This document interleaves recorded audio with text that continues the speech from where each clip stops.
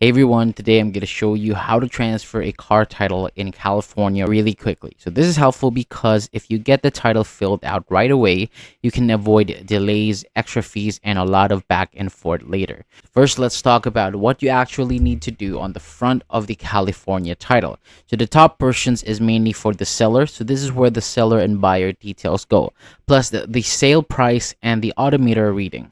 The important part is that you and the seller agree on the same details: the sale price, the odometer reading, your contact info, and the date of sale. You'll also see basic vehicle info like the VIN, details about the car, and whether the title is clean or salvage. If it is salvage, it will usually show that on the title. Next, look for the signature area. A big thing to watch for is co-owners. If there are two owners listed on the title, there are usually two places to sign. Make sure both owners sign if both names are on the title. And for a lot of people, the safest move is to not overfill the title. People try to write everything in, but you really don't need to fill out a bunch of extra stuff.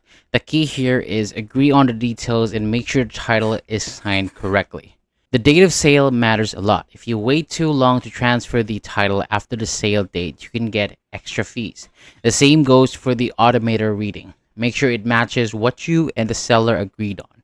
Also, if there's a line on the vehicle, make sure it's paid off before you buy it. Okay, so let's go back to the title, so don't stress it.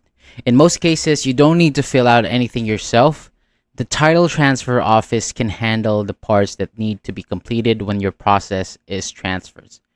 So a few smart reminders before you wrap up. The sale price affects how much you'll pay because sales tax is based on that amount.